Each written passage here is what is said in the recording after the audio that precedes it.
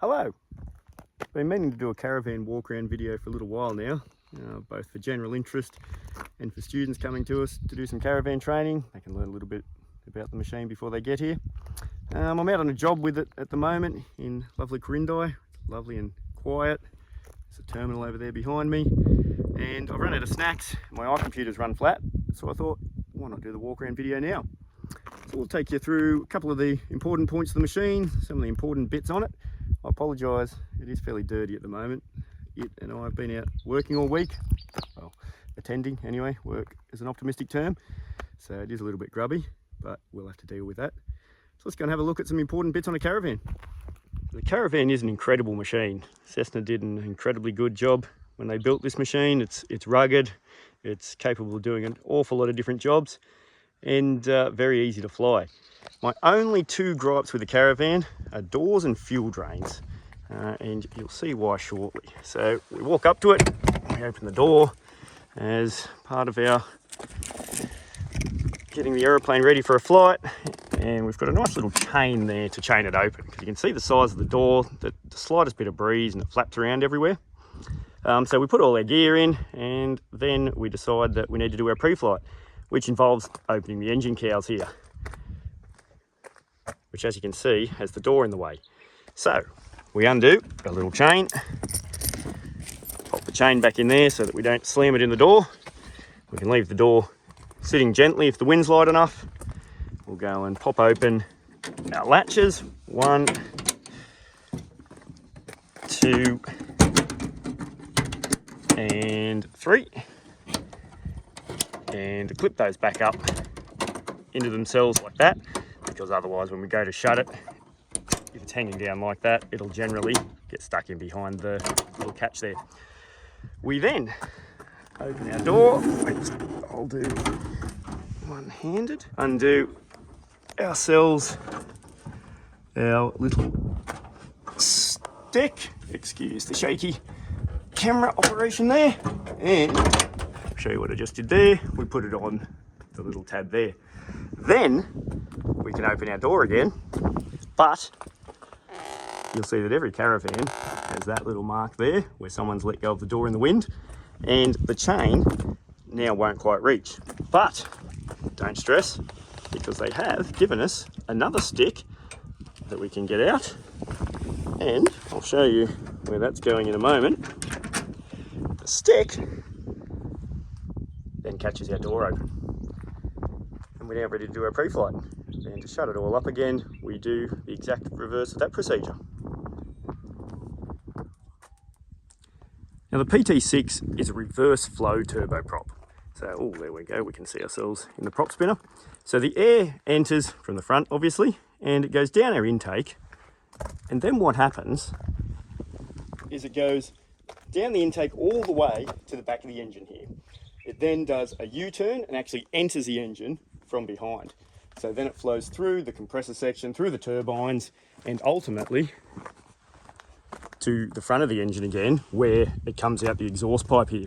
So it essentially does an S-turn as it goes from the front of the engine down to the back, does a U-turn, back to the front, and then out the reverse, out the exhaust to reverse again. What we also have here is a door. So where the air does that U-turn, if we then make a gaping great hole in that duct, which I'll show you now, is done by, pop the stairs down, done by popping open this handle, which looks like the handbrake on a Hilux. We now have a gaping hole in that duct, and looking through it, you can actually see that we can see all the way to the front. So what happens if we've got a hole in there and the air does a U-turn is that anything mixed with the air, so dirt, dust, people we don't like, that sort of thing, anything we don't want to go down the engine is actually going to get spat out the side because it's heavier than the air. So by inertia, it comes out the side via this duct and out that hole in the cowl there. And that's what we call the inertial separator, because it separates anything heavier than air from the air and allows clean air to go into the engine. Now we don't always have that open, because of course if we lose a little bit of air, because of course not all the air will make the turn, then we do lose a little bit of power. So we'll talk about that a little bit later. A couple of exciting parts we've got under this left side of the cowl. We can see this here is our starter generator, so 200 amp starter Jenny. It's a 300 amp if it's on the EX, and I'm happy to be corrected, but I believe we can modify a B as well with the 300 ampere. We have our air conditioning compressor here, belt driven there, and we have our standby power alternator here. Now that's nothing specific to turbines, nothing particularly turbine-y and fancy. It's literally the same part number alternator as the Cessna 303 piston twin, and it provides backup power for us in the event of a failure of the starter Jenny up there. What you'll find is that this standby power is driven by a belt off a pulley there. I'll try and get the camera in there. Off a pulley, and that pulley comes off the back of the oil pump. So we have an annunciator in the cockpit that tells us if the standby power has become inoperative. So most likely is that that belt has broken. The second most likely is that the alternator has fallen over. That happens. I've had plenty of them, not necessarily on these machines, but just in general. And very, very unlikely, but a third possibility is that the oil pump has seized and stopped turning this pulley. So we can use that annunciator that says the standby power is inop as a potential early warning of an oil pressure issue. So my first look after a standby power inop annunciator coming on would be to double check my temperatures and pressures. And like I say, that's the most unlikely option, but definitely something worth checking. Checking the oil is done by the dipstick, and by dipstick I don't mean people in aviation, I mean this stick that dips into the oil. So we remove the person from aviation and bring it out and have a look. And if you've had a read of the manual, I bet that the dipstick makes no sense whatsoever, but I promise it makes more sense once you see it. So if I get it in the right light there, we've got max hot and max cold, and we need to decide which is applicable to us. So max hot is only accurate within 10 minutes of shutdown, and max cold is if it's actually sat basically all day. Now hot or cold is not actually temperature based, it's more referring to has it all drained back to the sump or not. And what we have to do is make sure that we're within 1.5 quarts of max hot or max cold as applicable. So we're sort of in no man's land at the moment between max hot and max cold, but just for an example, if we took max cold, then the lowest oil we could depart with would be down in between that number 2 and that number 3. Because that would be then 1.5 quarts down from max cold. So essentially we read the dipstick backwards. We're counting down from full. Not many other engines are like that. Now when we put it back in, you have to give it about a 30-degree turn and click, and I give it a bit of a rattle to make sure it's locked in, because it is a pressurized oil tank, as per our big sign there, and ensure oil dipstick, so they're making sure we're referring to the correct dipstick, is secure.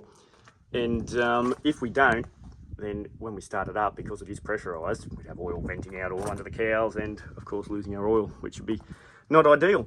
Down here against the firewall, we have the fuel filter here. And if the fuel filter blocks, obviously we'd rather dirty fuel than no fuel at all, so it'll bypass the fuel filter.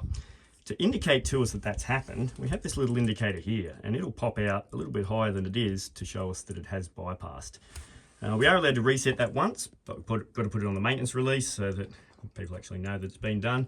And if it pops a second time, then we've got to park the aeroplane and change the filter. Here we have what's called the EPA can. Now after shutdown, there's a bit of fuel left in the fuel manifolds, and we don't want that in there for start.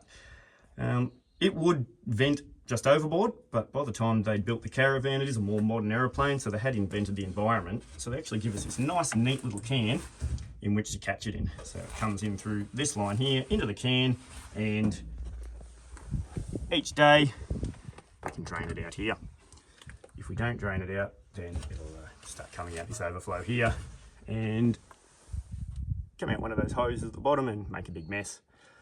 What we also have down here is a drain on the bottom of the fuel filter to check that we've got no contaminants in the fuel. And then this one here is actually from the housing around the fuel pump. So potentially, depending on what sort of leak we've got, that could be oil or fuel. And there are limits. We're allowed to have a little bit of either, but we're checking that daily just to make sure that we don't have excessive of either. For the most part, the airframe walk-around is much like a giant 182, essentially a condition inspection, making sure there's no damage or anything that'll stop it flying.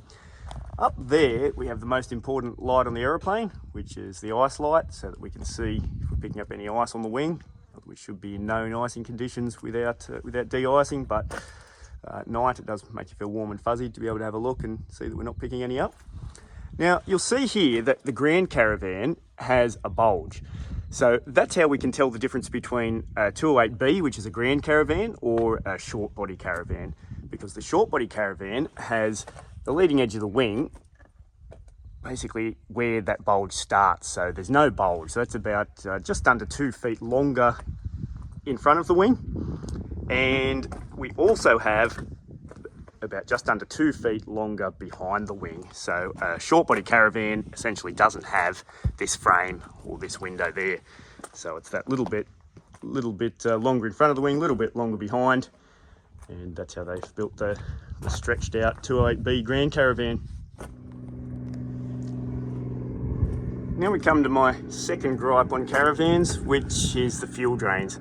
They just never really give us a nice positive click when they come down, and you're sort of never quite sure they've sealed properly, and they do tend to dribble, which is why every Caravan has a bit of a stain behind them that does wipe off. It's just dirt sticking to a bit of fuel residue that sits there and dribbles until it seats properly. But of course I haven't been home with the machine for a bit, so it's a little bit on the dirty side at the moment. Nothing major, but it does just sort of make you be not as sure of the fuel drains until you stand there and watch them for a bit to make sure they've stopped dribbling. And we do have another one out here on the outer wing as well, which that one will actually get not much fuel out of it, or no fuel out of it, if we're not got full tanks, or we're a fair bit below full tanks, just because the tank is so huge. If we take a step back, that when it's less than about 3/4, then there's not much fuel swishing out there. There's one of our 2 pitot tubes. There's our landing and taxi light. So the inboard one is the taxi one, and the outboard one is the landing one. Now the landing light we only use as we're lining up or as we're touching down, because it's so bright that without airflow to cool it, it actually starts to warp the perspex. So that one there, you can see is bright and shiny because it's fairly new, but before we replaced it, it was a bit shite and briny. Round to the back of the wing, we have, on the very outboard trailing edge, we have the fuel tank vent for the left tank. We have the same on the right hand side for the right tank, and there's also a cross vent between the two in case one gets blocked, then at least it can vent from the other side. Flap runners, again just like a giant 182, just make sure they're not bent or warped or anything like that.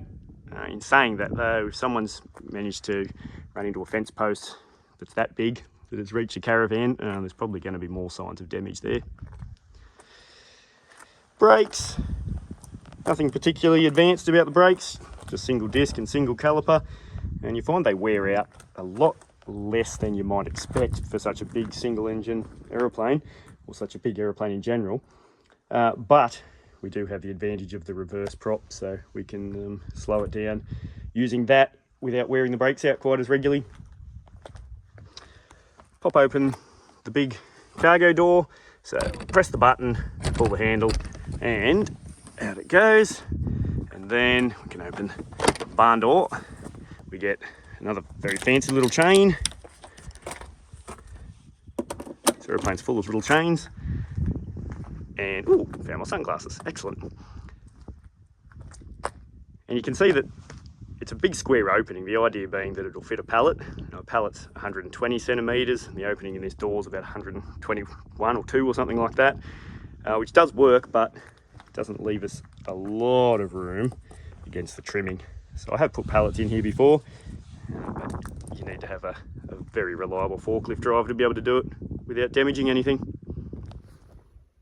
What we have here on the tail, along with the bird poo, with a rudder lock. Now when the rudder's straight, which is not at the moment, but we flick that up and it puts a pin up into the rudder, which stops it flapping around in the gusts. And the ideal way of undoing this is on our walk around, which is what we're meant to be doing. We're doing a proper walk around. But if we did forget and you somehow managed to get to the runway without using the rudder, which means that my comment about the brakes not needing replacing all that often is probably invalid, then it does have a safety backup in that when you go past half elevator, sorry, cover that with my arm, past half elevator, it drops the rudder lock out. We shouldn't be using that as our primary method though, because it just wears out those cables and linkages.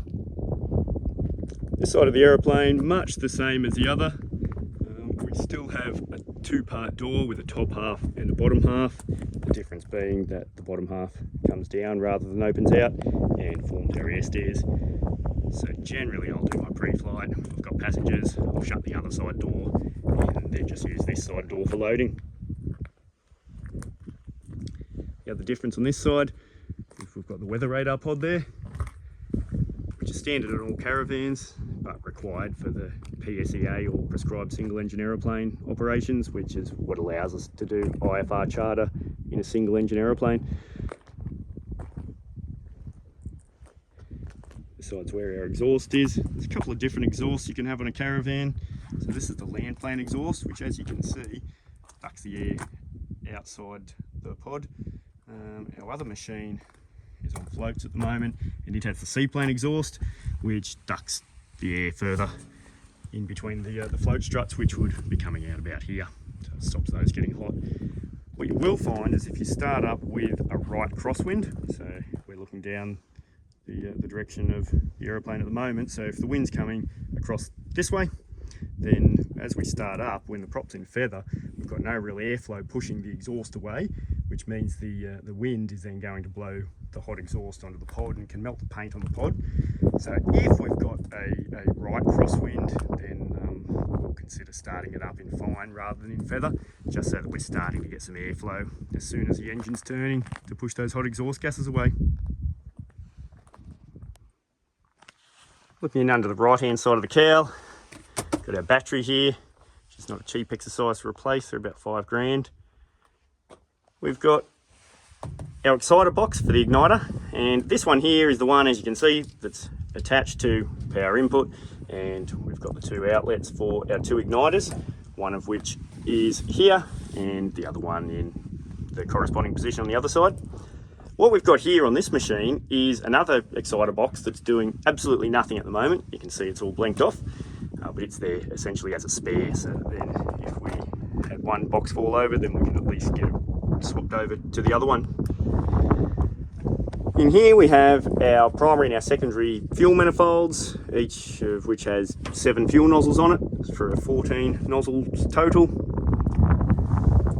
We can see there an air intake. It runs all the way down the back to the back of the starter generator there for some cooling air, and the intake for that is just above where the oil cooler air intake is. It's a very small oil cooler for the size engine it is, which some people are quite surprised about. But you've got to remember that the PT6 only has 6 bearings, so fewer moving parts to lubricate than a piston engine, which of course means less heat generated and a smaller cooler required to keep the oil temperature within its range.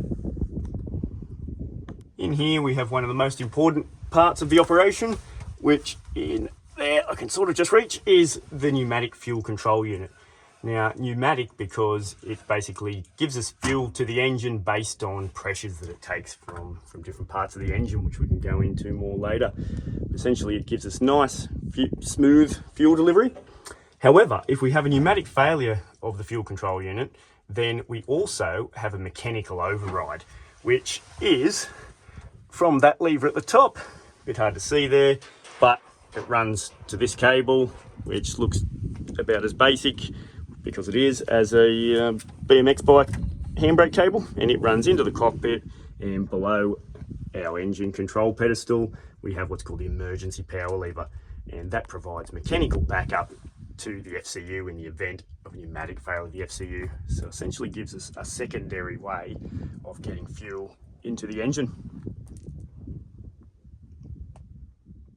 So in the cockpit now, we've got some more important bits. Up here we have our fuel taps. That's how we turn them both on.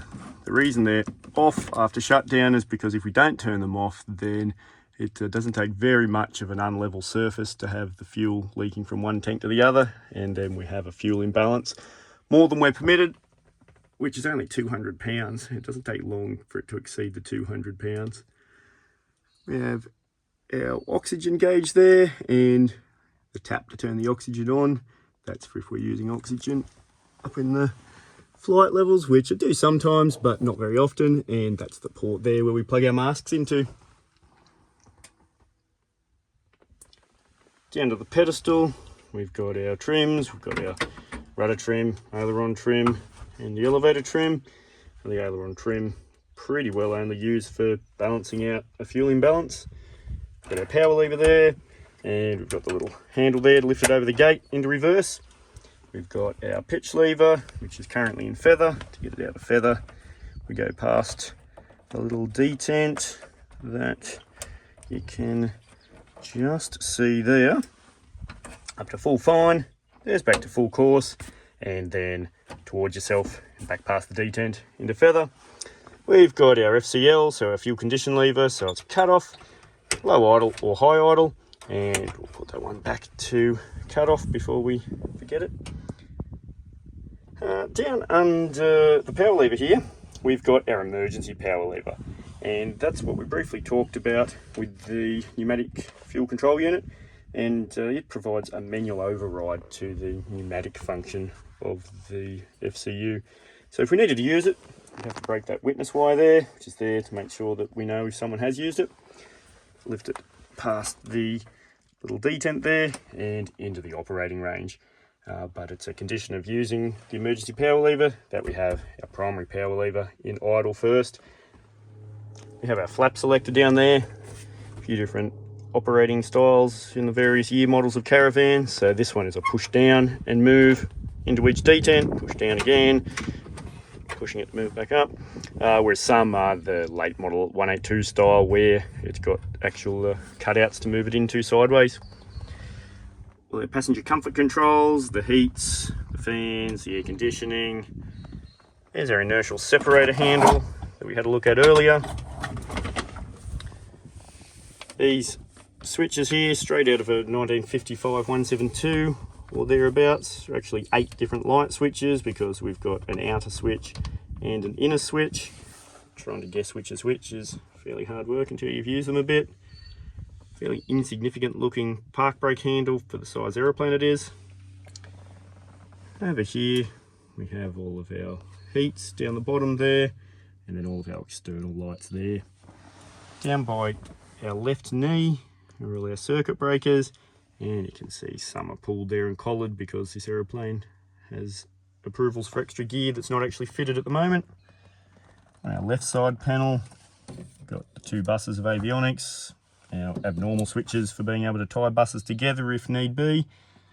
We have the start switch there. Now the start switch has 3 options, one of which is off in the middle. Now start, and I can flick it forward because the battery master is off so nothing will happen. Start would then give us starter motor and also ignition, because ignition in normal is off except armed for activation of the starter. Down here we have a momentary switch. You can see I have to hold it and then let it go and it springs back to off, and that gives us just starter motor. So that's if we needed to turn it over for whatever reason with no ignition. For example, an aborted start to cool it back down, or for maintenance, then we can use start only without, motor only without activating the igniters. Here we have our fuel boost switch. Now the fuel boost, again, like the starter switch, has 3 positions. So one is off, we have normal, and then we have on. So normal is Cessna's word for armed. And what it does is it's sitting there doing nothing, but when it detects a drop in the fuel pressure below 4.75 psi, then it'll bring the pump on. And then once it goes above 4.75 psi, it'll go off. And then on is just continuously running pumps. So we'll have that on for start because we want continuous fuel flow, but then after start, we can go back to normal. And off for now. Here's our battery master switch, this external power switch. Here we have our Jenny switch where we can trip it and take it offline or reset it, and we use that on our first flight of the day to check that standby power will come online. Ignition switch, like I said, normal is armed for the starter motor, and then on is continuous ignition, which we'll use for takeoff. And then over here is our standby power, so that's turning that alternator on, which is the standby one that we had a look at under the cows. Here, our voltmeter, so we can select what we want to look at on that. Here we have our suction gauge, test buttons for the lights and the fire detection system. We have all our annunciators and all our engine gauges across here. So the most important gauge of health of a turbine engine is the turbine temperature section, and we have ITT in the PT6, which is inter-turbine temperature. So it's taken between our two turbines, between the compressor turbine and the power turbine, which we'll have a look at in another video in a bit more detail. And over here, our fuel quantity gauges. Thanks for watching.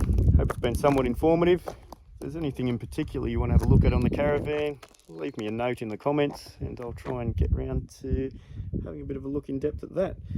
I'll try and make some videos shortly on the startup procedure of the Caravan and a little bit more in depth on the engine, but this one was just intended as a general walk around, a little bit of an intro to the Caravan, looking at some of the important bits, and I'll see you next time.